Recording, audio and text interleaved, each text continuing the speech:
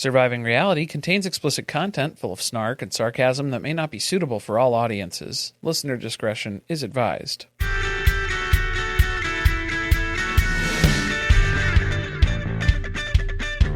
Hello and welcome to Surviving Reality. I'm Corey. And I'm Carly, and this is The Traitors, Season 4, Episode 11 and 12, because we'll talk about the reunion. Leap of Faith. Leap of Faith. Yeah, this was quite the summation for the entire season here, I guess. Ended pretty much what you'd expect, I guess. There wasn't too many. There were a few opportunities where it could have gone sideways. Yes, the whole time I was thinking, is this going to play out differently than it appears it's going to? Could this be, a total mind-bending, flip you on your head sort of ending to the story here? But not so much.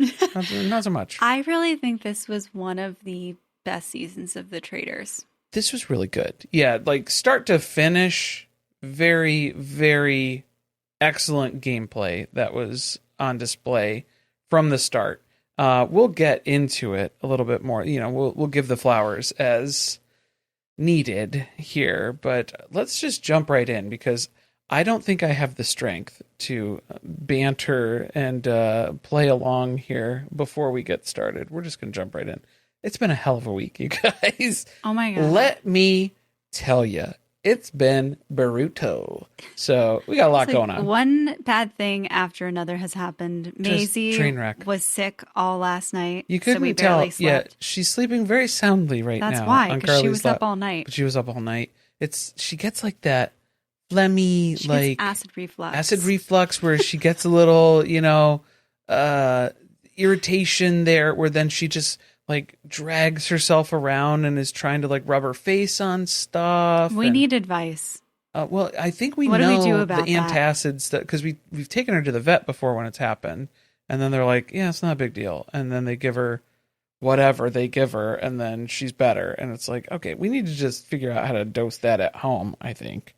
Yeah. Is the main thing. It happens rarely, but when it does, it's brutal. It's so annoying. But this was also, I got stranded out of state for a couple. I had like an Apocalypse Now opening sequence sort of couple of days to kick off the week here, where I was just in a hotel room for a day and a half, just watching TV and like losing my mind slowly and waiting for flights to open back up so I could get home. So it was just, stuff like that.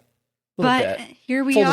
Full disclosure. But yeah, we're trooping along here. We persevere. I guess. Yeah, we're seeing it through to the end here. So we're going to start with, there's the murder, because it was the murder in the casket right in front of the castle here. There were a lot of murders in front of other people this season. Weren't there? Like, it's kind of like lost its lure at this point. So next season, they need to come up with something different. I think the murder in front of people for this one. Yeah, because we had this one. We had the murder in plain sight, which wasn't there were really like 2 murders in plain sight. And then there was because the other murder in plain sight was the banquet one. So that was like a whole other thing too. But I think the murder in plain sight, that one, you didn't actually like have anybody removed from the game at that exact moment. It was just marking someone for murder. Yeah.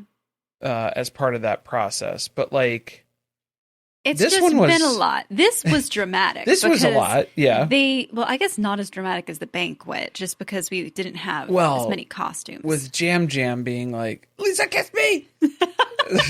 as last words, as he's being dragged out of the banquet hall. I think that scene may get them an Emmy. That was good. That was a good one, honestly. But the episode after the banquet was better for me. Like, I liked watching that one more, seeing the aftermath of it, because it was all kind of reactionary at first, but it led to some really good gameplay moments. So we speculated a lot about what we thought the Traitors were going to do, because Rob and Eric had to decide who they're going to choose for this murder. I was stressing over the bracket. It had a lot of implications for the rest of the game. Look, I think Rob played a fantastic game up until this point.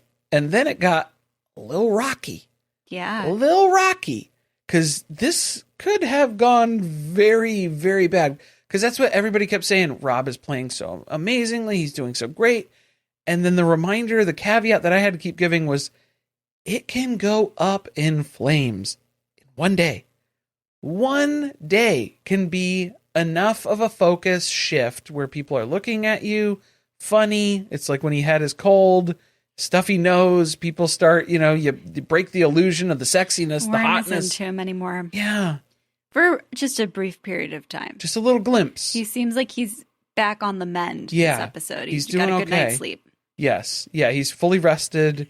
He's good. He's out here pretending like he's going to be the one who ends up in the casket. No. Oh, I mean, maybe that's why he had like a lapse of judgment, because they decide to murder Mark. Mark, of all people. They were talking about splitting up the skating twins. Yes, you needed to do that. Why would you go with Mark? Mark has voted with you. I understand that Mark was looking at Eric.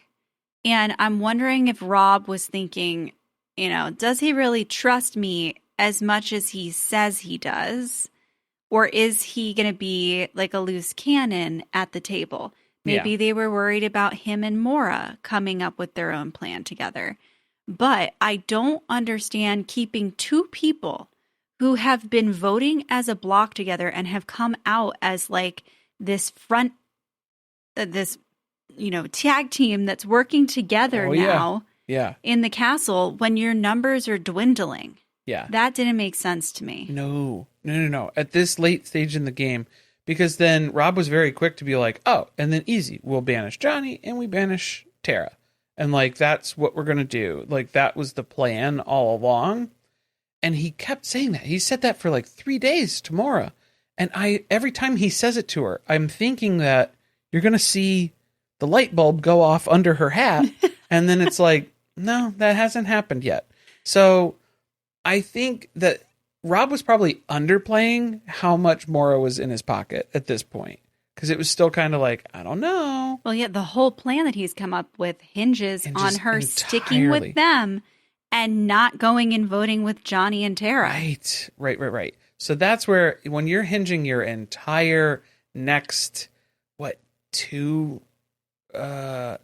round table, 2 round tables and a fireside. The whole rest of the game. The whole rest of the game. The entire rest of the game. It all lands on Maura's shoulders here. So, of course, Mark thinks I was closing in on I was getting so close to those traitors that they had to murder me. He did have Eric right. That's true. But he was delayed in that. It took too long to get to that. And he never even voiced that.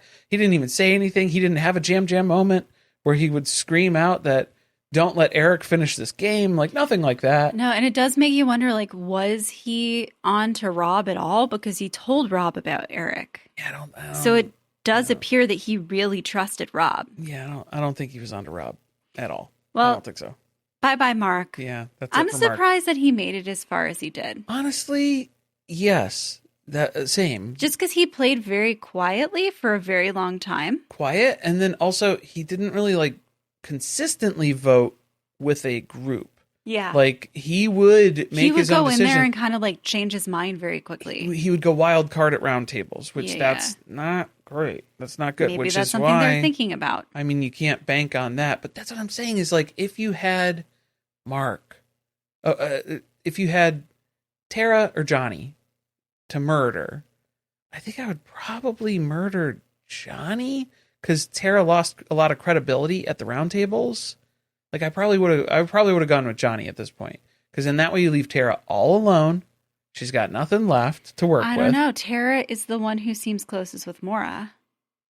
Yeah, Maura doesn't really trust Johnny, but she trusted Tara.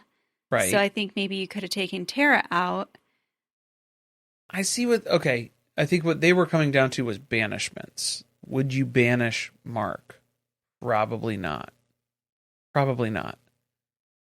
That was the issue that they had, was that they, How many suspicious people do you have left? Yeah.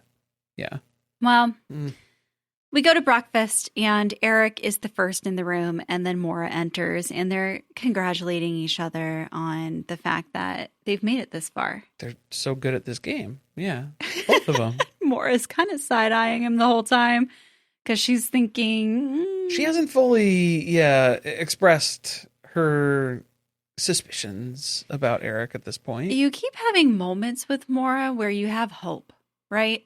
That it seems like maybe she's on to something, or she's kind of reconsidering her stance or who she's trusting. She asks herself a question in the ISO interviews. So, like, she is going through those thought processes, but then she's like, no, just immediately dismissing her own instincts at every turn. There was one aside where she was like, you know what?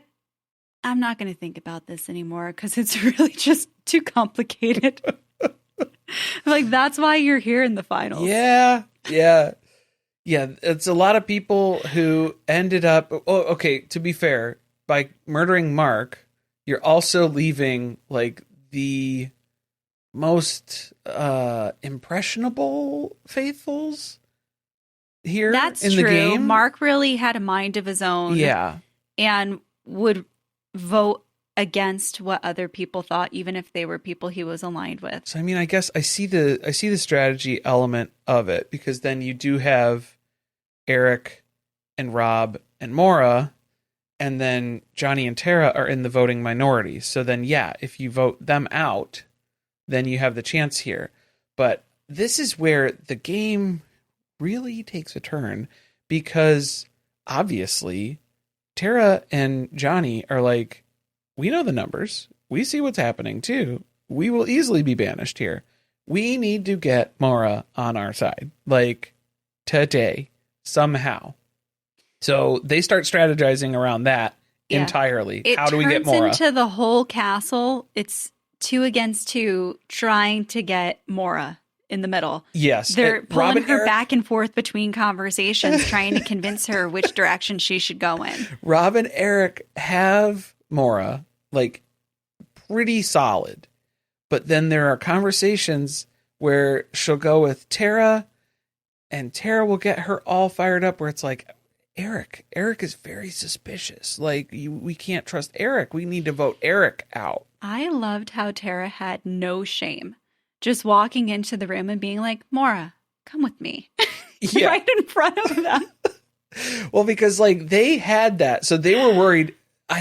What it eventually came down to is I was like, whoever speaks last to Mora is who is going to come out ahead on this, I think, is how this is ending up, essentially, is where it's just kind of playing out that way, where she doesn't have that strategy involved, or like any understanding of it. Because then for Mora, when you're asking her, who are your people that you don't trust? Who do you think are the 2 traitors in the game? And she would say Eric and Johnny. And it's like, okay, well, babe, if you vote out Eric today, it's going to be Rob and Mora voting against Tara and Johnny. Who's going to go in that scenario? Tara's never going to vote for Johnny. Like, if you want to get Johnny out, you got to vote him out today. Like, today's the day. Yeah. You're not going to get a chance tomorrow. And Mora really trusts Tara. Yes. She does not think that she's a traitor. Again, she's, not sure about Johnny. She's pretty suspicious about him. Yes. But it seemed like they were making headway with her. Yes. And they also, like, on the way to the mission, even, because it was Johnny and Tara and Eric in the car together, because Mora and Rob went in the helicopter, so they had a different ride. That's an important element of this, because Alan asked for volunteers to go up in the helicopter, and Mora was all about it. She was the first one to be like, no one else, like, I don't want there to be multiple people who want to do this, because I want to do it. For sure, I want to be one of the 2 people. And then nobody else really seems to want to do it. Do you think Tara was going to get up there and jump out of a helicopter at some point? Or? Rob's looking around and thinking, It's a lot of one-on-one time for us to be spending together. Very important. That I could be building trust and being in Mora's ear. So Very he volunteers to be the other person. His entire game hinges on Mora for the rest of the day. So it's just like, oh yeah, this is big and you need to invest that time. Meanwhile, Tara and Johnny are working on Eric because they're like, who do you think the traitor could be? Because they are pretty much dead set where it's Rob and Eric. Rob and Eric are the traitors that are left in the game. So for the first time in forever, they're right. Like, they did it. I cannot believe it took them. They were sleeping for a while. Yeah. They were struggling, but we got to the end of the game, and when it mattered, they figured it out. And I did think, why would they go in the car with him? It just seems like that's pointless. But this is big. They made the most of that car ride. They do the Mean Girls thing where they're like, okay, what do you think of Mora, Eric? And he's like, you know what? She could be a traitor. I think if it's anybody, it's probably Mora. And so they're like, yeah. I survived my first 3-way calling attack. We'll save that for later. Yeah, we'll hang on to that little bit of information. Thank you very much. Right, so they're up in the helicopter. The way this is going to work is that in the helicopter, Rob and Mora have to pick a past player. There's like a deck of past players that are in this chest that was given to them by Alan. Yeah, the tarot cards that they're repurposing. They're like, well, from the banquet. We're just going to throw these out, so it's okay if they get wet today. Tara, Johnny, and Eric are all working together in a pontoon boat, and they have to go out to like a chest. Are you struggling with me explling this? Are you laughing? No, it's funny. Okay. Yeah, it's funny. They have to go. Usually you have to explain the games. Yeah, usually. Carly doesn't do too well with the rules of the games. I lose a lot of the rules along the way. And, things like that. They get to a chest out on the lock, and there's a question about a past player. They relay that to the helicopter, and then they have to figure out who that person was. And in the helicopter, they have to pick their card and tie it onto like a buoy or something. Like a bag of money. That has a dollar amount assigned to it. And then they throw that down. And if it's the correct player, it will unlock the chest. Right. Yes. And they get the money. So they're retrieving money. It's this two-way communication thing that's going on where they have to coordinate with the other group. Eric is trying to say he feels like, Mission Impossible, Tom Cruise, but it's like raining on the lock today. The weather is not great. The helicopter's throwing some spray at them now. And so he's just kind of like, are there goggles that we could get? Or like... They're shivering. They look so miserable. It was terrible. It looked better in the helicopter. Yeah, it did make me consider, like, if you're ever faced with the decision in a challenge like this, maybe you should pick the helicopter. Later it sucks worse. But well, for Rob. For Rob specifically. Yeah. But yeah, Mora, I think she made out pretty easy. Mora had a pretty good day. Yeah. She got to look at Rob up in the helicopter. At first. I don't know if she stayed warm, but she had a pretty good day at one first. point he made an offer about keeping her heating things up. Yeah, keeping her warm, giving her something that was to warm his her up. strategy to make sure that he had her hooked till the end here. Oh, yeah. Yeah, definitely. That's what was going on. So they run into a couple of trivia things about like players who were murdered or, there was some weird stuff of like who sat across from Jam Jam at the banquet when he was murdered. And it's like, very impressed by their memories. Yeah, the recall was very good with this group. Yeah. Very good. And it was good that they got all of the questions right, because I did think that Rob was kind of trying to set something up in the helicopter with Mora about like if they had gotten any of the answers wrong, where Johnny or Tara had been the one who relayed like strongly what they thought it was, that he was going to use that to bury them. Yeah, but like, why would they, as traitors, want to not get money today, of all days? Okay, but also when they played that game where they were in the boxes, Johnny and Tara made that weird decision to not put Tara's name down, even though everyone decided they would, because that was how they were making money. It was pretty bad. That was a bad one. Yeah, so that was not a good day for Johnny and Tara. They haven't really been following logic and reason when it comes to the missions. No, not so much. And the missions are not their strong suit, but today They shined. Yeah, Yes. they were able to finally pull this off. And it was like, what, $20,000 or something like that they were able to accumulate. And then Alan gives them an opportunity to double their money because there was like just over 5 minutes left on the clock when they brought everything up to Alan. And then he's basically saying, okay, great. Now, if you jump out of the helicopter and you get here with, what was it? He had them bring something. He had to swim with another one of the keys. Yeah. So it was just like the two player. There was 2 keys that he needed to bring with him. And so Rob was like, oh yeah, sure, I'll jump.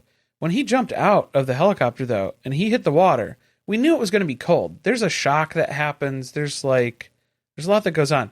Dude was under the water for like 10 seconds. So people are like, is he okay? Yeah. Is he... Wait, how deep is the lock? Yeah, did he sink to the bottom and then springboard back up? Like, He lost his shoe. Like, He he lost really his must shoe. have gotten sucked down. I don't know what happened. Yeah, we lost him for a second there. But then he pops up, he gives Thought the it was thumbs Nessie. up. Yeah. Confirming the existence Oh, of the man. Loch Ness It's Monster. dangerous. But swimming, not Rob's strong suit. I'm surprised that Maura didn't get the ick Yeah, from seeing him He was kind of swimming in slow motion. very slow motion. He wasn't exaggerating. He's just like, I felt like I was going slow. Yeah, You were. You sir. were. Confirmed. Yes. It was a slow rate of speed that was I happening thought he here. was going to run out of time. I thought he was going to run out, and then Yeah. that would be terrible. Was it double or nothing though, or Oh, was I don't it know. just But double? I think it was just a chance to double the Chance money. to double. But still, he did it to build trust among everybody. course. That's why he keeps doing this. And that's why he's been in the game the whole time. He's so good at missions. That's why the traitors keep him around. Mm-hmm. Yeah, that's his excuse. That's still been the excuse. So he had to prove that Nobody's to us. questioned that. Nobody. No, not a single person. So he's still sticking with that. But they get $40,000. So I guess Rob can go buy another shoe now. Why did I feel like in past final missions, the amount of money they added to the pot was a lot more? They would offer up to say, oh, you could make up all of the money. You can like hit the total of $250,000. I think that was how they were originally doing it. But then that lowered the stakes of if you lose out on some money along the way, they make it up to you on the last one. So just succeed on the last mission, and then that's all that matters. That became a problem. So I think that became like too predictable, Okay. and then they had to switch it up. I was just kind of shocked. I was like, I mean, that is a lot of That's money. a lot, yeah. But, you know, when you think It's about like it, 240,000 and some change. I feel like you go through a lot psychologically, physically on the show Yeah. to win. Oh yeah, To win $220,000 that then they tax 40% of. definitely. Like- Yeah. For the U.S. version, And for at it to least. be such a popular show, you would just think that the prize pot would be higher. You would think. Well- Well, you got to earn it. Yeah. Well, but I do also understand that they kind of keep it low because then it has incentive to screw people over at the end, because You're gonna if split you want to it. walk away with like a substantial amount of money, Right. you got to have a lot less people Yeah. to Definitely. finish the game with. Right. So in the car rides back, Maura is telling Rob that it can't be both Johnny and Tara, because that's what Rob's been selling her this whole time. Yes. We need to get rid of the two of them, and then we're golden, and we'll finish the game together. She's like, I don't know, because it feels like I trust Tara. Tara's a faithful. Johnny, I don't know. Johnny seems a little sketchy. He's had some bad decisions. He was close with Candace. It was like, she has her reasons to be like, I don't really trust Johnny necessarily. But Tara makes sense of being a faithful. And there's just something there. She trusts her. There's an established connection here. And that's when Rob's like, uh-oh. Mm-hmm. Uh-oh. This could screw the whole plan up. This is a problem. Yeah, this is not good. No, and this is where the whole thing got questionable, because we have both Rob and Tara Yes. who are convinced that Maura is on their side. Yeah. But then Rob did have a moment where it was Maura was in telling Eric, I'm with you guys. We're all in this together. I have no doubt that you are faithful. And then Rob's just watching her this whole time, and he's like, she's lying. She's lying to Eric right now. Like, I can read this and well, what's also going because on. she's told him that she didn't really trust Eric. Yes. So So he can tell that she's lying to Eric. She is lying actively in this conversation. But then what gives Rob kind of a cold chill up his spine is he's like, it's the same way that she's told me that we're going to finish the game together, though. Yeah. So that's cause for not concern. looking good. Is she lying to both of us? Alarm bells. Alarm bells. That's the scenario that he's gotten himself into by keeping both Jana. both Tara and Johnny. They are one entity. They are Jana. They did need their own coupled A name name tag. for the rest of the game. They'll just share it. Yeah. Oh my God. Yeah. So this is just nuts because now we are going into the round table and it is both sides. Both of the pairs are like, oh, Mora's with us here. So we have no worries about what that's going to be. I guess Maisie's getting upset. She's growling Something disturb you? Oh boy. Her tongue was all dried out too. Maybe she's napping. thinking about one of Mora's big hats. Yeah. It was scary. Maisie didn't like those hats. Maisie did not like those hats, you guys. I liked some of the more like dramatic flat hats that she had. The smaller, I like a tiny hat on Mora. The bigger hats, I'm like, it's Toad from Super Mario is what it is. So that was what the gift that a lot of people were going with, especially when she was like cheering and yelling certain things. She sounded like Toad too. Don't they all get assigned like an aesthetic that they're supposed to design their wardrobe around? Oh, I don't know. I think it's for some things, like for the banquet, I think they had like, oh, here's an element from, the show design that we're going to like give to you for this. I feel like hers was like Scooby-Doo. Yeah. I think that was just her own vibe, unfortunately. It was just that was what she brought to the table. The flair she brought to the table, yeah. Pretty much. But let's get to the round table. Yes, this is the first round table of the episode. And yeah, we're at that point where with the final 5 players, nobody is revealing their identity in the game anymore. They're not going to say if they're a faithful or a traitor when they leave. So you just got to be confident that you're voting somebody out who you don't want to end the game with. Yeah, so you don't know who's left. You don't know if you made a mistake or like it can lull you into a false sense of security because if it's somebody that you didn't really trust in the game and they're leaving, yeah, that's good, but that could have been a faithful. So there's still danger nearby and you don't even know now. Eric is the first one to talk, which I kind of question that strategy since he's been so quiet and he's been sitting back like the last 3-4 round tables ever since he became a traitor. Since he was recruited, which that's suspicious. But like, I think that has been an ongoing piece of feedback though from several people where Eric is being too quiet. Eric's not saying who he thinks is a traitor. And I think that's what Tara and Johnny went with that as their direct line of questioning so they could get him to talk shit about Mora. Yeah. And it worked because that was who he said, I think, yeah, maybe Mora. And they bring that up in the round table discussion because that's valuable information to be sharing at the table here. I did think the way that he started it, though, he had a good approach. And I'm guessing this wasn't his strategy because he has really failed at figuring out how to explain himself up until this point. And when he pointed out that he's like the odd man out, that he's got the 2 from Love Island, and then he's got the Olympians over here, and he feels like he's just fifth wheel in no man's land. He's the fifth wheel, and nobody trusts him. Right, yeah. And I think that gave maybe a valid reason as to why he would be thought of as suspicious. Right. When you have these 2 teams, essentially, these 2 pairings of people who have trusted each other since day one, and you're the only one who doesn't have a person who you've aligned yourself with, who you have background with outside of this game.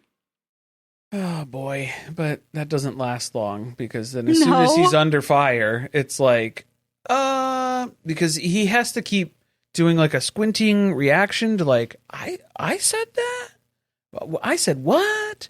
Like the feigning of, oh, I had no idea. Yeah, Yeah, I did say that I thought Mora could be a traitor. I think everybody in here could be a traitor. So it's just having those sorts of confrontations and then leading to reveals where Mora does not go along with a lot of people when they think that she's a traitor. She has not reacted well to that in the past. Great move by Tara and Johnny. They were like, this is our avenue in. Yeah, we'll just get Eric to say Mora's name at the round table and she'll get reactive. Yeah. And she'll vote against him. Right.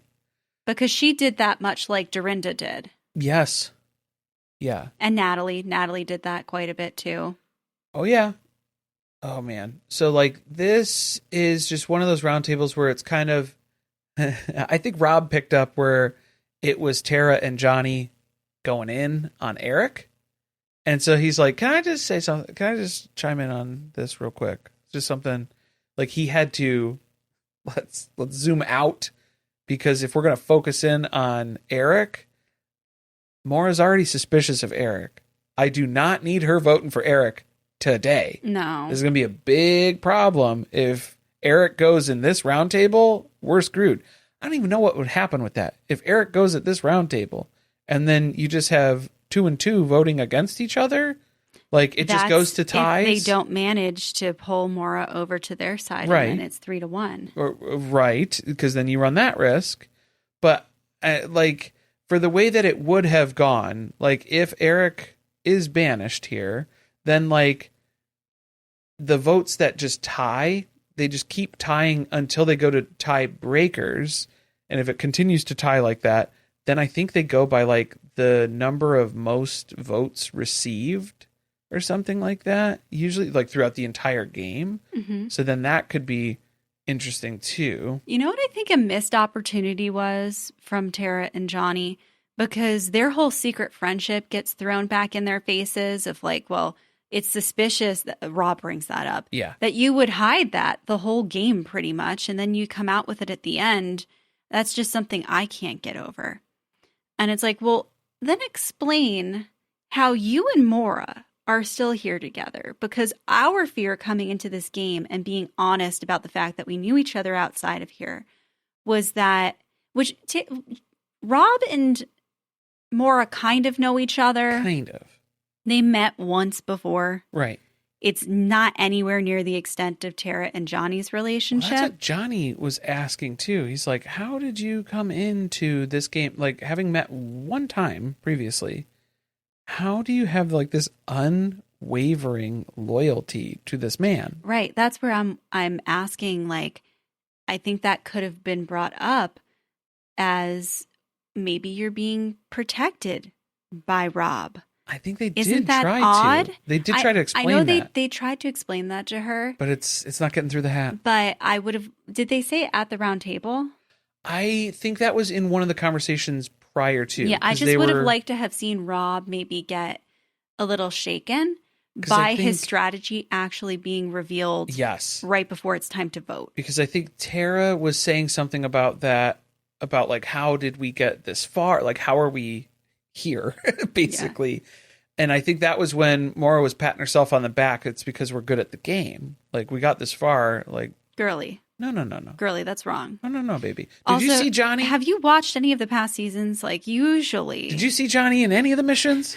Trying to find those skulls? It took him 15 minutes. He didn't even get to stack them.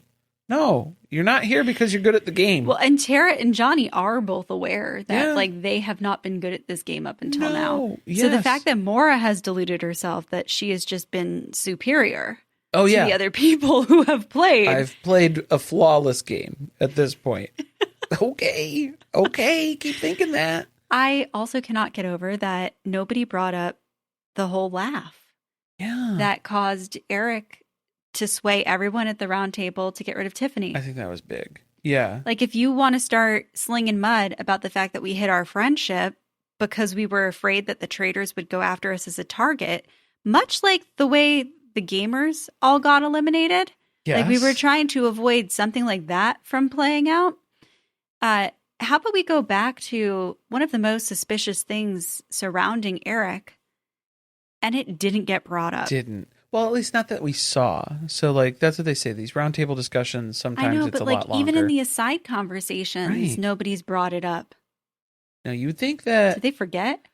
either that or I don't know. I mean, that's what I'm saying too, is like Rob had to have had that conversation with Mora about like, if you are suspicious of Johnny and Eric, you will not be able to get rid of Johnny after today if you get rid of Eric now. Right. Use Eric while you have the opportunity.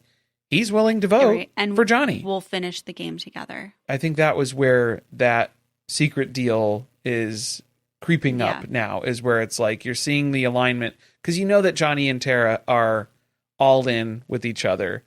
You have to figure that Rob and Mora are all in with each other. Mm-hmm.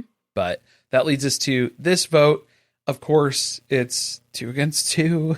Who's it going to be? Deciding vote comes down to Mora. And who does she go with? Johnny. It's Johnny. She Poor goes with Johnny. I was just... The way he frolicked out of the castle, though. He hugged Tara, which was a little breach in etiquette. Happy to see him, but though, it was good. Yeah. leave in a good mood, because a couple weeks ago, he looked just so defeated and depressed. The Candace vote? Is that what you're thinking of? After that, After the and Candace when one. everybody started to think that he was a traitor by proxy from his close relationship with Candace, like he had already decided that he was probably not going to be here much longer. Yep. And I think that it was heartwarming to see him and Tara be able to come back from that and really play the game. And they were spot on. And this was, I know that was what Tara was saying. Whenever it's mattered, she always steps up and like she makes it happen, you know? Mm-hmm. So this was a better late than never sort of experience. I liked their here. analogy to the Olympics, where it's like you train and you train and you train, and then there's like 4 minutes that matter. And that was exactly how they played this game. True. Yeah, true to that. Definitely. And I mean, yeah, so Tara is having kind of that moment where she's like, oh no, like I thought she was betrayed by Mora. I thought I was able to convince her. She turned her. the whole thing around, and she did not. But that did not happen. And I think that's what it would come down to, is where Mora wasn't comfortable ending the game with Johnny. So she voted Johnny out today. Yeah, she's been suspicious of him. And one of the things that I think really did it in was Rob saying, I believe personally that it would have been interesting for production to have cast one of you guys as a traitor, that, you know, you keep saying you know each other so well that there's no way the other one of you could be a traitor. But what if you were, because of that relationship, and then that you recruited the other? Recruiting. I think that's a big part of the story that Rob was probably pushing. Yeah. Because depending on when they came out with that friendship too, it was like right after Candace was right voted around out. The time where it would have made sense for someone to be recruited. They could have been recruited. So it's just like, oh, so now you can play the game closely together, right, and openly, and then we're gonna be honest about this. Looked suspicious, especially leading into there was that weird vote that Tara had convinced Natalie to go for Rob, and then didn't really back her up at the round table.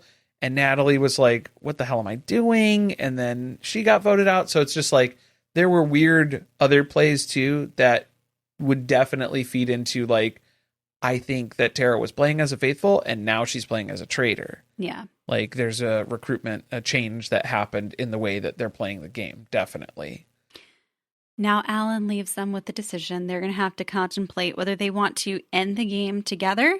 So it would be Mora, Tara, Rob, and Eric, or they're going to have to make a decision if they want to banish again. The final four. Yeah. It comes down to who's going to it's the fireside chat, the fire pit. The fire pit. It's the indoor fire pit this time, probably because of the weather. No, they did that last time. The first time. Yeah. Wait, did they did the whole thing inside? Was that UK? Where they did it all inside? Yeah, it was inside.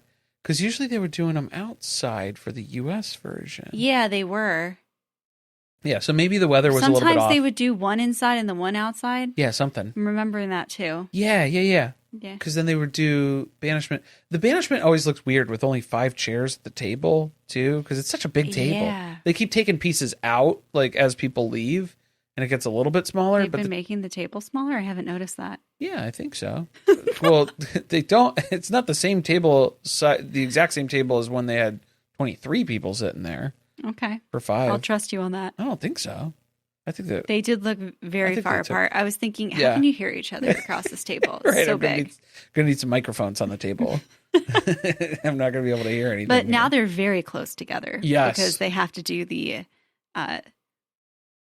It's the bags of sand. Yes, I want to know what it is because I know it's fake, right? It's the same. It's fake. Well, no, it's actually happening. Do you think that they're? Wait, I'm sorry. Okay, you think that this is CGI fire that they're changing colors? Yes. No. I was thinking that No. they communicate a response to like production.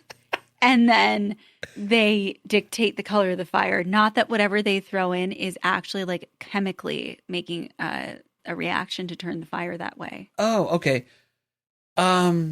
It's probably something that they're throwing into the fire. It would be the easiest way to do that, I think.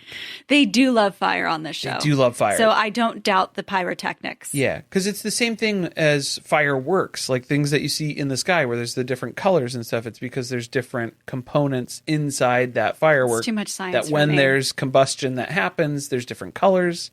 So different temperatures that things burn. It's different colors. Do you know how nervous I would be if it really came down to there's 2 different, like, I'm going to assume they're satchels. Is that what we're calling them? Yeah, like a little. There's 2 different satchels in here, and I have to pick the correct one. Yeah, and I've mistaken it. Do you know how bad my OCD thought would be that I've mistakenly picked up the wrong one and handed it to them? Yeah. Maybe you have to like whisper it too or something. Anxiety the whole time they have to have for him like to throw it in there. A 2-factor authentication here for what's going on for what the picks are or something. But yeah, I'd confuse it with my own bag of pocket sand that I usually have in my pocket for fending off the false memories. I'd be like, no, I definitely picked up the red one on accident. So what is this? Like we have a couple of the aside conversations before going into the big one here, right? It's like all the back and forth. They kind of have a last. They're trying a last gasp.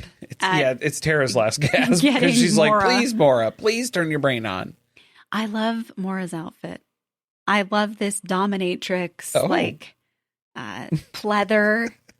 I loved the gloves all the way up to the arm. It was addressed by Gladware, though. Like, it looked like a trash bag. Yeah. I thought it was dramatic. Well, drama achieved, I suppose. Yeah, I like that Rob was wearing his Sunday best with his overalls. His signature look. Signature look, I guess. Sure. That's what it is. Yeah, he must not have been assigned anything. He was just like swamp creature. No, they were like, whatever you did for Love Island, do that again. Keep doing that because it brought the viewership. Here, less shirts, okay? If you got, let me go through your luggage real quick. You got 3 too many shirts. If you have a shirt, it needs to have no sleeves and it needs to have holes in it. Yeah. It has to look like you don't have a shirt on because that's what the people want to see. The sheerer, the better. Yes. Yes. Less material, and we don't want any obstructed views. We do see Rob and Mora promise to end the game together. Yes. I was, in my own little heart thinking maybe she's lying to him since he did get that vibe earlier. I did have that moment where I was like, I think it was more so when she was strategizing with Tara and Johnny, where I was like, is Mora playing this? Is she double bluffing? And then she's going to flip here. But it didn't look like that was how it was going once Johnny left. And so then now I was like, I don't know how we would do this in any other way, shape, or form, because it seems like they're going for Tara. Mm-hmm. Like everybody's pretty much in agreement of we didn't trust Johnny, we didn't trust Tara. Poor Eric is under the understanding that what they're going to do is get rid of Tara. And then they're all going to vote to end the game. And then everybody throws in green. Yeah. Because that's what Rob is telling him. That's the game plan. And Mora did tell Eric that there was trust between them. Right. So as far as he knows, he's not getting screwed over. But Eric, you have to know at this point, there's a possibility, right? Like you need to be aware of that. I was disappointed that he didn't try to play the game more at the end. Right. That he did really ride Rob's coattails up until the last minute, because he also could have tried to maybe sway Tara and Johnny, because those are 2 votes. Oh, yeah. He could have tried to play the game and said, I think it's odd that Rob and Maura trust each other so much. Right. I know that you're looking at me, but I don't like that. That's maybe something that we should be considering. Yeah. I think Rob tried. Okay, but like Rob surrounded himself with people who didn't have their own game plans. Yes. So that he could utilize them for his game plan. So I think that was what this ultimately devolves into here a little bit, because as we go into the fire round 1, the first fire time that they get to decide whether they want to end the game. Yes. The prize pot is $220,800. Right. They couldn't round that up. No. This is what you earned. This is what you get. And if there are any traitors remaining at the end of the game, they take all of the money. Right. So it doesn't matter if there are faithfuls amongst them.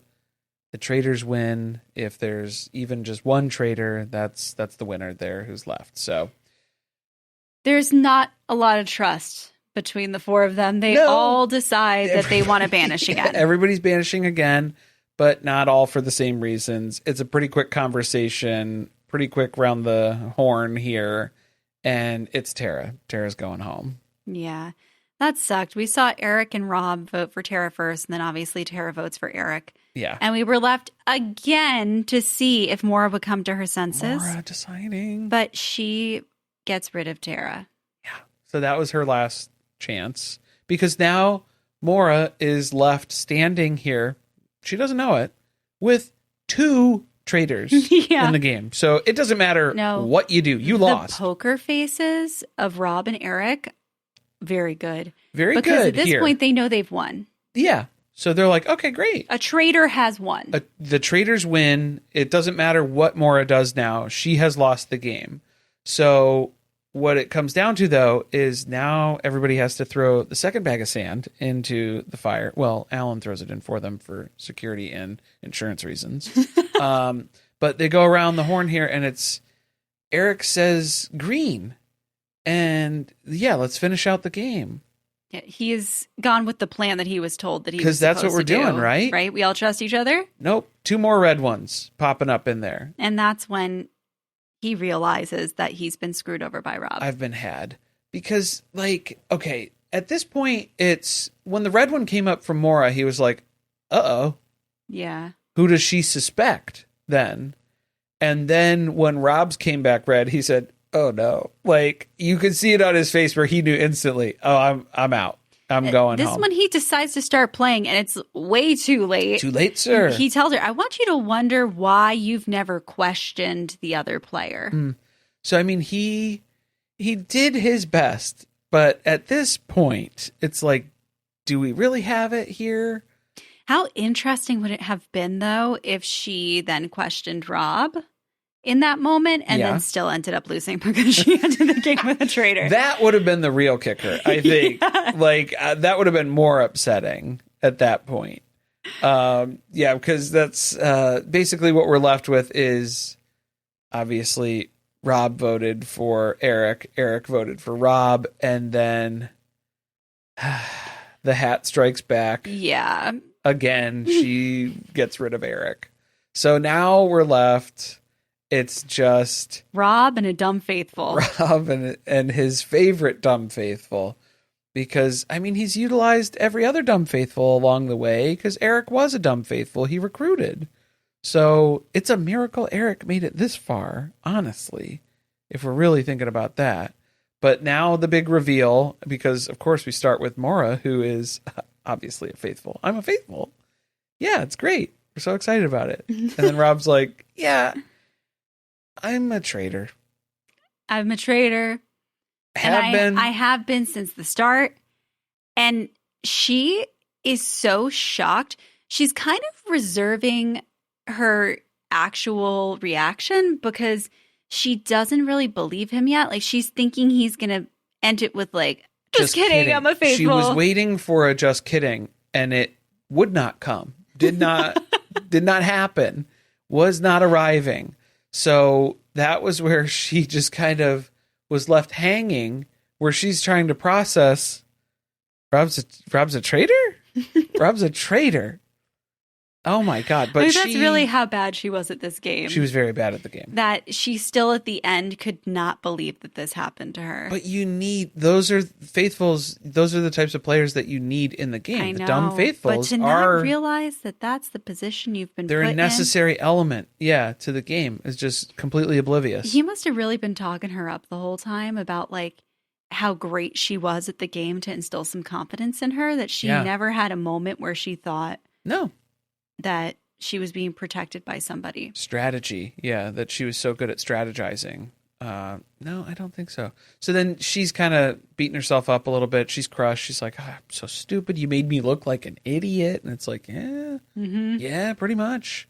That's what's going on. Well, You're never going to You also like did have free will, and you could have taken a path that would have ended with the faithfuls winning the whole thing. Well, yeah, but like, I think that's the other part of it, is that she trusted him, and it's like, too much. But you can't trust somebody entirely in this game.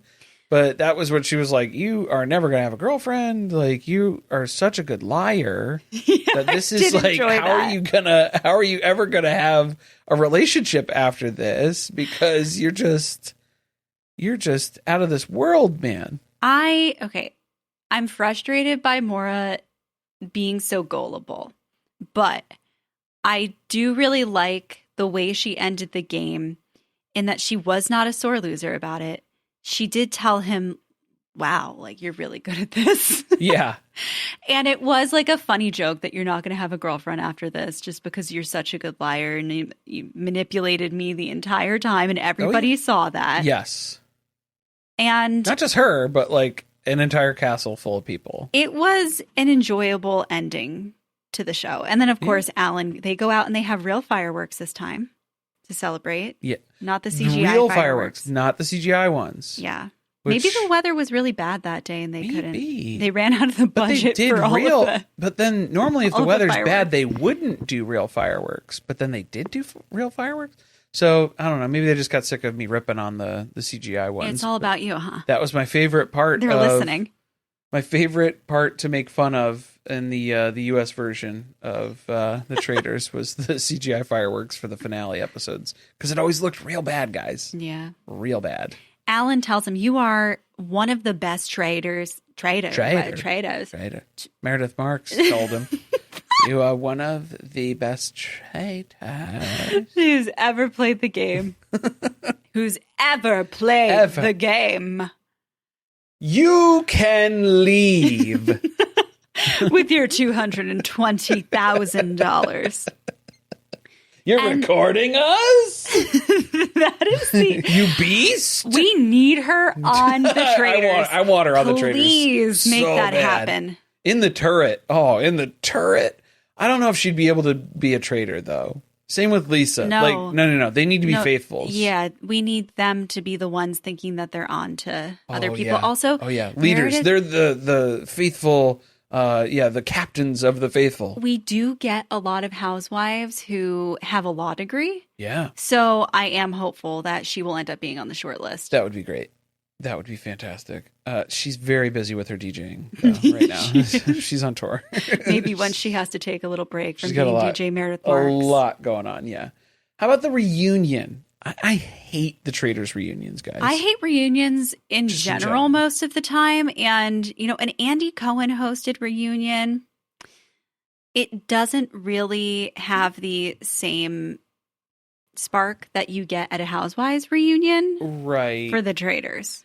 Yeah, it's different. He came out in his overalls in an homage to Rob. I think I missed all that. That was when Maisie started not feeling well. I don't know if she was just all worked up from the finale episode or what, But then Maybe she was really, confused when Andy Cohen came out in the she was overalls. like, She was is like, this going is on? not what, I didn't sign up for this. it's not what I'm used to. Definitely not. Bring the hot guy in the overalls back out.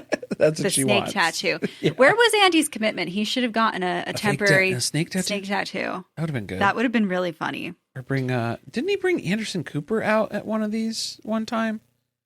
It's Didn't he? possible. Something. I I don't can't remember. remember. I don't really remember a lot of the Traitors reunions because most of the time it's just people who are butthurt about how they left the game, and it's like, I don't care. That's what happens here because they bring the Traitors out first, Yeah. and it turns into Candace Ugh. just going in on Rob for having betrayed her and Which Lisa. Lisa kind of gave him a hard time, but Lisa also knows it's a game, and she was under suspicion, Yeah. like right out the gate. So she was like, I mean, Well, Lisa didn't even care about winning. She made that pretty No. clear. She was like, my goal was to get to the 7th day so that I could wear my ridiculous sailor costume. yes, And the fact that I got to wear it to the banquet was just like the crowning jewel of my entire experience That was it. here. That And was all I I needed. didn't even care about going home after that. yeah, no, it didn't matter. It was all about the wardrobe It was for her. perfect. Yeah, it played out exactly as she wanted it to, pretty much to a T. So she was able to like rip on Rob a little bit, but not like There take it wasn't to so much personally. anger. Yeah. And like you like taking it very personally. Very personally. Whereas Rob keeps saying like it's a game. Like this is the entire premise of the game is that the traitors deceive other people and you're trying to get to the end to win the money. So like when Candace was accusing him of treating everyone as dispensable, Yes, he like didn't even understand if that was a question. that's the name of the game. He's like, That's a big element of the game. This is a yes. game where you're meant to deceive and manipulate other people, and that's Right. what I did. So why are you treating me like I did something wrong? Yeah. Well, and just for I get that Candace, it hurts and it sucks, but so much time had elapsed that to still be so that feeling She of posted about it. betrayal feeling so fresh. Yeah, she posted about it on Instagram so much. And then her husband was even like going in on Rob on social media too. And it was just like, dude, let it go. It's a game. It's not that complex. And I enjoyed Candace playing the game, but then watching her be so upset about it afterwards, Yeah. that like turned me off. Right. Like, I think the clear winner here is Lisa. Lisa. Lisa was Is- just here for She's a shits gem. and giggles. Well, and she made so many friends. She's friends with everybody on the cast now too. So it's just like, I think that was a big boost for her. I love when Yeah. people were saying too, they were like, oh yeah, you made your career being a villain. She was like, that was only 8 years of my career. Like my career is much longer span than that. And then Andy was like, you were only a villain for like 1 season. She was like, all right, so 1 year. I didn't make my career being a villain. Like it was 1 year. I loved when Portia showed up with the bag of crushed up lip care products. Oh my God. And she was like, it went out of business anyway. To be that petty, to bring a Ziploc bag. But that's what I like. Like, that's fun. Yeah, it's you funny. know, like, and she didn't get upset about it No. or insulted. Like, how dare you do that? Like, I didn't get the same playful energy from Candace. No. Candace was like dead serious legitimately about it. upset about Yeah. stuff. And kept bringing stuff up. Also, it was weird that they were trying to create some type of romantic relationship between Rob and Maura. Yeah, especially because Rob's dating someone now, which is wild. That you would. Well, I guess the show hadn't aired yet. Well, yeah. before- now before the relationship now, started. I don't know. Yeah, maybe after watching that, it's like, oof. I don't know. Probably not anymore. Maybe not. Yeah, Andy kept asking if they were into each other. He Is just there... owes her a Birkin bag, Yes, So this I was a think that was the- transactional setup here. which Maura's okay with. She's like, yeah, that's fine. That ought to make us even there. That should square us up She's gonna get her Birkin. pretty much. The housewives did have a lot of opinions and advice to give about the Birkins. Yes, so I think they're gonna get her a good one. like starting at $10,000. Like that is your baseline minimum entry level sort of rate to plan for. Did you get the vibe that Rob kept bringing up that he wanted the money to help his family and also because he wants to have kids one day and support his own family? That it was like just meant to make some people slide out of their seats and maybe forgive the manipulative tactics that he used to get to where he was. I don't know. Yeah, when he was like, "Oh, what are you going to do with the money?" Probably like save it and stuff. And it's like, I just feel like there were a lot of women in America who were like, maybe I can be the one to birth those children. Okay, yeah, it could be me.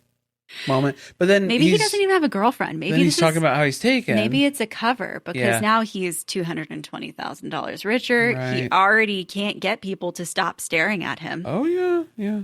It's a pretty rough life that he's got going on. To keep people away from his definitely his farm. Okay, let's talk about Colton. I know we went a few episodes without him, and boy, that was really nice. And then he's back for the reunion. So I think this is the other reason why I don't like the reunion. I am glad to see some people go on this show. Yeah. And then they come back Michael and I'm Rappaport. like, I don't care. Yeah, Michael Rappaport, Colton. At one point they brought out half the cast who had made it the furthest. And the conversation was great. And then they brought out the other half who left earlier. And it was like... It just brought the whole energy of the whole thing down. Well, and then also it's like, who are you people? Because it's like Ian murdered first night.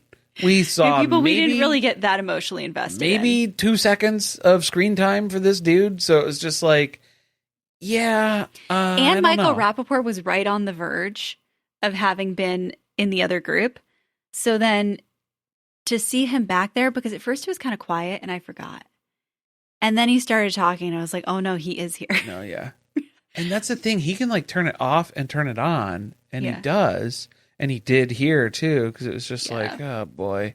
Well, let's talk about Colton though. Because you brought him up. Yeah. Well, Candace brought him up originally. Because when all the traitors were sitting out there, she was alluding to some secret thing that she heard from Colton that she wanted to spill the tea on later on when he was out here to address it. Yeah. Had to tease that. So when he does finally get out there on stage. And then she's like, by the way, you told me that Rob told you that I was a traitor. And then Rob's like, oh boy, here we go. Because there are like very, very, very strict rules about what you can say about revealing that you are a traitor or the identity of a traitor in this game. If you do that, everybody's mic'd up constantly, all the time on this show. It is very, very serious, where if you divulge that information, you will be removed from the game. Yeah, like you can't play as a traitor with a faithful who knows that you're a traitor or reveal that someone else is a traitor to get you further. Yeah, like if you're a traitor and you go tell a faithful, hey, cheating. I'm a traitor, so like let's work together. And I know this person is also a traitor, so let's don't trust them. Yeah. Which is what she's accusing him of, essentially. Correct. And they straight deny that they did not do that. That is, you're taking what was said and reading a lot more into it. Right, because like Rob was playing as a faithful, so when you're throwing names out there and saying, who do you think is a traitor? Or if Colton is asking Rob, who's the next person we should go after? And he's like, I'm suspicious about Candace. Yeah, you can say that. Or Candace is a traitor. Candace, I think Candace could be a traitor. You can say something in a declarative way. Yeah. Again, I don't know. I'm assuming that if they had cheated, it would have been revealed, especially because Rob was doing so well in the game. Yeah. And it just felt like a low blow from Candace. Again, because she's upset that she didn't get any further than she did. Right. It was a way to kind of like put a damper. Away. Yeah. Like, oh, no, maybe Rob cheated. Yeah. And that's why he ultimately won the game. I like that. Who's the other Rob? Survivor Rob? Rob C. Rob C. Yeah. Because then that's what he was referring to Rob as Rob R. And he was like, well, you'll always be Rob R to me because I am Rob C. But so Rob C was talking about how like different Traitors is compared to Survivor, because Survivor, everybody's working off the same set of information, where in the Traitors, as faithfuls, you do not have a lot of information to go off of. So you're making decisions, you're reacting to things, all of your thought process in this game is just it's a crapshoot. Which is why the traitors are at an advantage. Yes. Because they are working with the most information. And that's the entire basis of the game, guys. That was the illustration from the original version that was played of, I think it was Werewolf, right? We've talked about that before. Yeah. Was that the informed minority will always be able to outwit, outsmart, outplay an uninformed majority. No, we've seen that play out. It's happened multiple times. It has happened. What else was Colton? Colton was batting off a couple of different... So Lisa then came for him. Yeah, Lisa was coming in. So from my understanding, from what I've seen go on online, is that Lisa did not know a whole lot about Colton before she came on the show. Yeah. And then as the show's airing, people were giving her the information about Colton's relationship with Cassie and how that ended and how he stalked her and all of the crazy stuff that, that relationship spiraled into. And she was not really happy with his comment that he made about how he wanted to hold her hostage, because now that feels different coming from somebody who has threatened another woman. Yeah.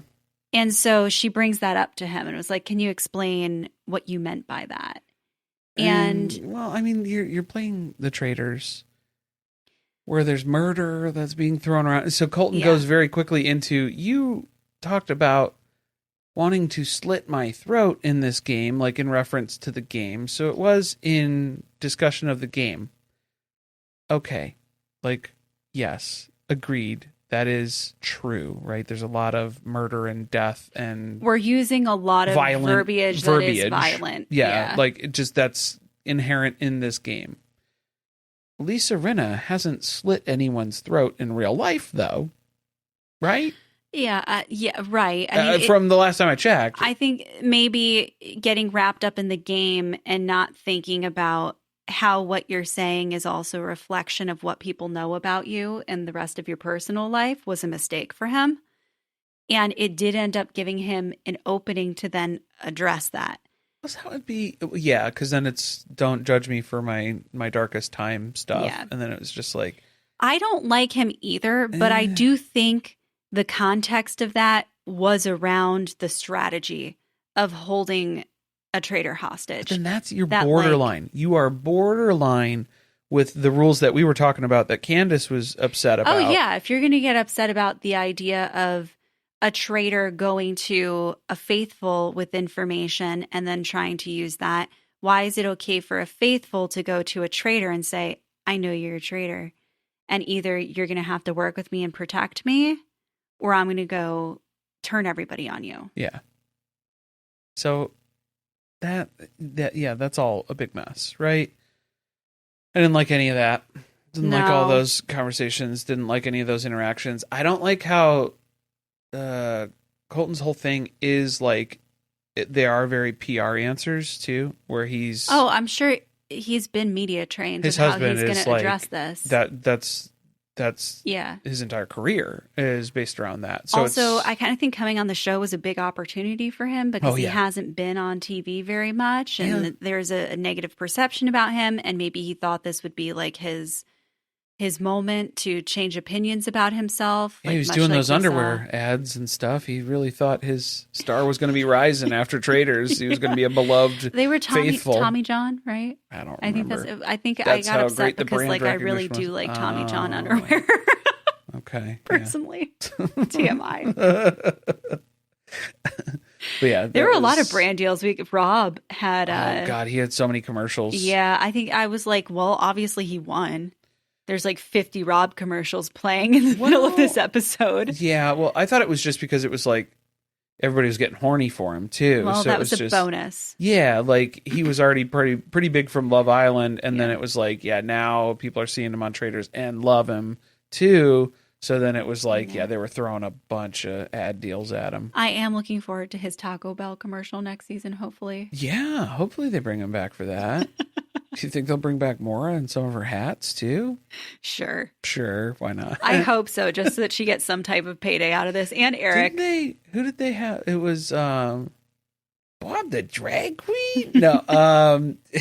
In the commercial? In the commercial, it was Carolyn, and it was, I always want to call him Nate, but that's not his name. No, it was the gamer guy. Yeah, the gamer guy. With the beard. Is Wes. Wes. There Yep. it was. Took me a second. Yeah. And then Dolores. Dolores. Which felt like a weird combination. Dolores was Dolores a faithful? Mm-hmm. Yeah, she was a faithful. A dumb faithful. A dumb faithful. You have to have some traitors and then a dumb faithful. So yeah, bring Mora in for the Taco Bell commercial next season. Sure, go for it. That was like pretty much everything I found interesting. Michael was annoying as usual. Yeah. He was just rattling off, telling people to boop or whatever. What was he saying? He was trying to like silence people. Yeah. He kept saying clip. Yeah.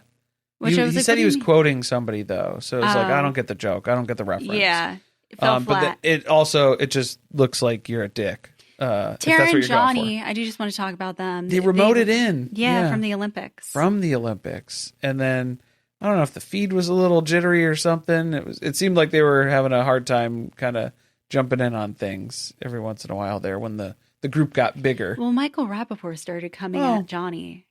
Oh, yeah. At one point, it was weird.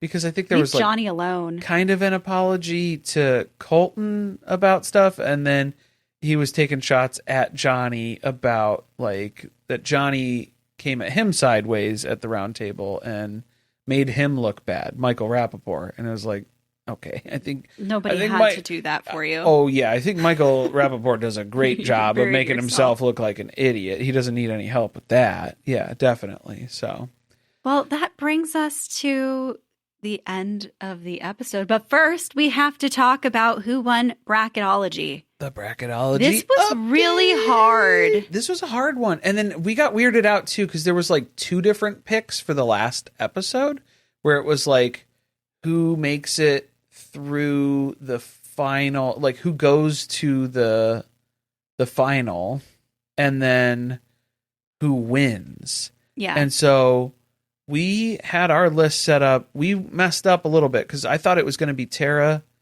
or Johnny getting murdered, and then the other one would get banished. So I had them as our zeros.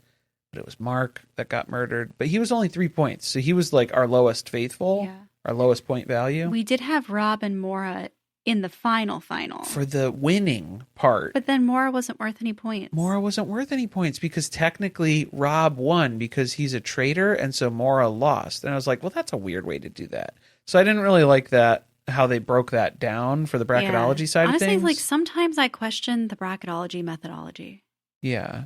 Yeah, that one was extra confusing because like I didn't realize...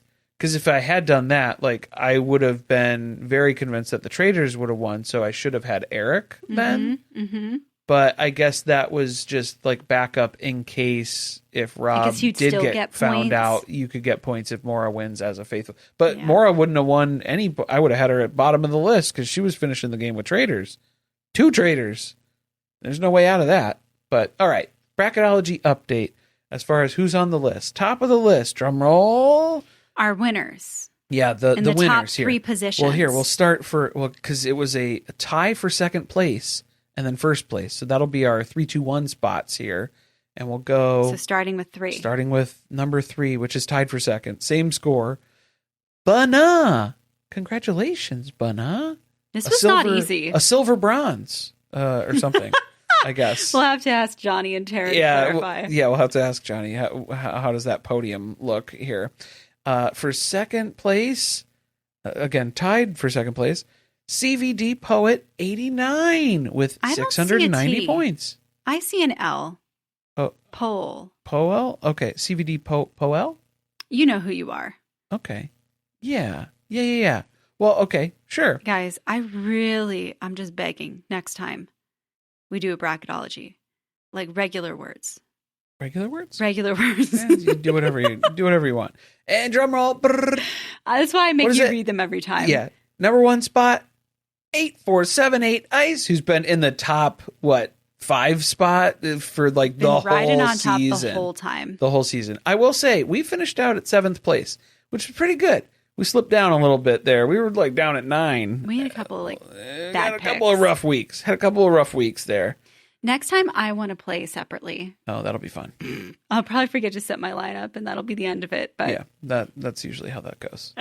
Because I will not remind you, because I had to remind us a couple of times. Yeah. I just want to be a few times. Got to set those lineups. Got to be in it to win it. Definitely. But it was really close at the end there. I mean, 8478 Ice had 694 points total. 4 points difference. It was only 4 points ahead. So, I mean, that was really, really close. When you get down to the end there, it's a very tight race. And then, I mean, right behind there, I think 687 was the next spot behind that. So it was very, very close in the running. Congratulations to everyone. Yes. Because I see a lot of you guys kept up with this and set your brackets every week. Definitely. So we'll get the prizes set up for that. So in order to claim your prize, if you are on the list, make sure you take a screenshot of your bracketology list where then it has your account name. It shows where you finished out up at the top of the list there. And then you can email that to us, survivingpod@gmail.com. It's also in the episode description, so you can check the links for that as well. And then we'll figure out what the allotment is based on. Because I know some folks might have already won from the Special Forces bracketology. If anybody who's some in the names top changed. 3 here may have been somebody who won bracketology. Yes. So I don't want to give you like a duplicative prize. The same thing. Yeah. What is that? That's so lame. So we'll just double check and make sure that everybody's all squared away and taken care of for that. Usually it's Patreon memberships that are on the line for most of that. Maybe some merch discounts, things like that, and gift cards for some free merch at the shop as well. So we're going to figure it out. Yeah, we'll get stuff squared away for that. But thank you so much for joining us along for the ride. Traitors Season 4 that we got to recap here. There is a lot coming up on Surviving Reality. A lot. You got to know what's next, so you got to stay here. You don't want to miss the it. last 5 minutes and listen to what's coming. First thing, Mom Talk Marathon is back yet again. This is Season 4 of Secret Lives of Mormon Wives. Yeah, against our better judgment. Cranking them out. I heard they're already filming another season. Of course they are. Yeah. Yeah. Well, this one seems like it's going to be more like behind the scenes of what you've seen them doing right now. Because it was like, it's a lot of Dancing with the Stars. Like the whole Dancing with the Stars sounds like maybe there's some drama going on between Jen and Whitney. Yes. And then the whole lead up to... maybe we'll see Mark on there from the Traitors. We might see Mark. Because he was Whitney's partner. So again, another connection point there for Secret Lives of Mormon Wives. And then we're going to see the lead up to Taylor becoming the Bachelorette. Taylor, Ruby, Frankie, Paul is the next Bachelorette. We did not get screeners.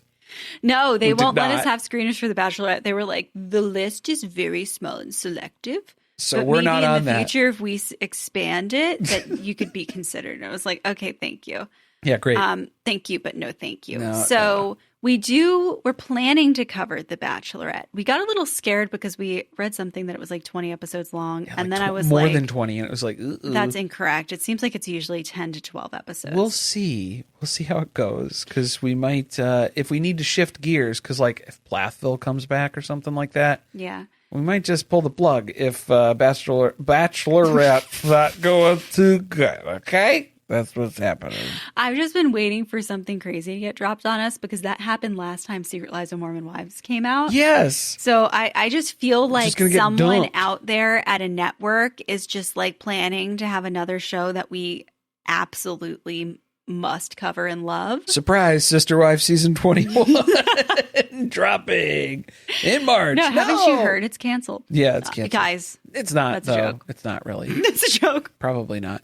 So we're going to be doing Mom Talk Marathon. It's going to be, 2 episodes per day when that season comes out. For 5 days. They drop all 10 episodes at once. On March 12th. Is when Mom Talk Marathon... Well, when Secret Lives of Mormon Wives comes back on Hulu. Yes. And then if you're on Patreon, you'll start getting episodes that day.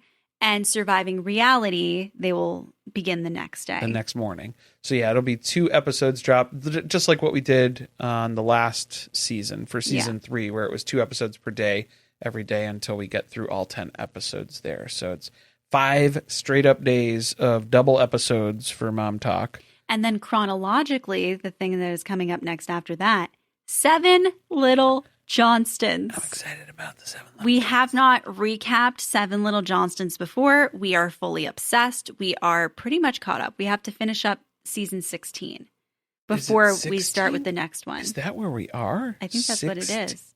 Whatever the last one was. Yeah, the latest I think this one. is season 17 dropping on March 17th, which is Trent Johnston's birthday. Trent Johnston's birthday. So we'll have to get some some leprechaun stuff. Yes, we'll have to separate.